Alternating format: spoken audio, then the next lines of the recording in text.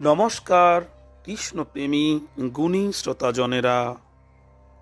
ইন্দ্রিয় সুখভোগ অথবা অর্থনৈতিক উন্নতি সাধনের মাধ্যমে জড় সুখভোগের প্রয়াস করা উচিত নয়, কারণ তার ফলে বাস্তবিক কোনো লাভ হয় না। পক্ষান্তরে কেবল সময় এবং শক্তিরই অপচয় হয়। মানুষের প্রয়াস যদি কৃষ্ণ ভক্তির দিকে পরিচালিত হয়, তাহলে নিঃসন্দেহে আত্ম উপলব্ধির চিন্ময় স্তর প্রাপ্ত হওয়া যায়। অর্থনৈতিক উন্নতি সাধনে যুক্ত হওয়ার ফলে কোনো লাভ হয় না।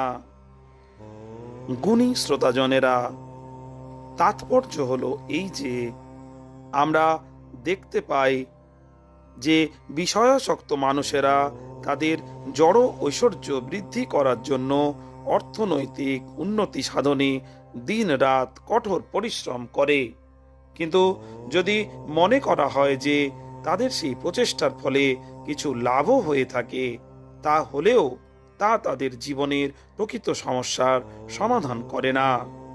জীবনের প্রকৃত সমস্যা যে কি তাও তারা জানে না। তার কারণ হচ্ছে আধ্যাত্মিক শিক্ষার অভাব। বিশেষ করে এই যুগে প্রতিটি মানুষই অজ্ঞানাচ্ছন্ন।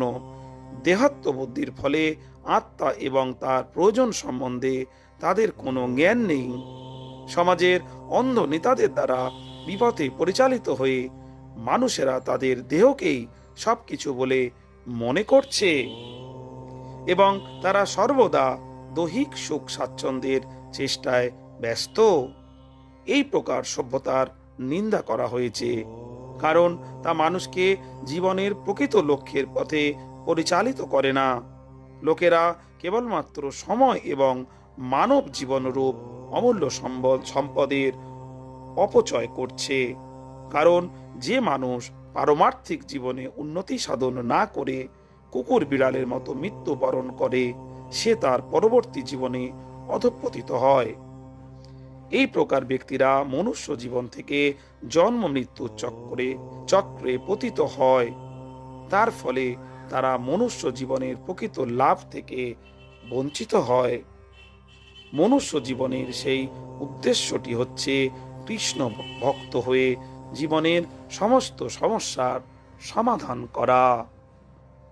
শ্রোতাজনেরা, কৃষ্ণ চর্চায় কৃষ্ণ কথা ভালো লাগলে চ্যানেলটিকে সাবস্ক্রাইব করতে ভুলবেন না। ভালো থাকবেন। নমস্কার।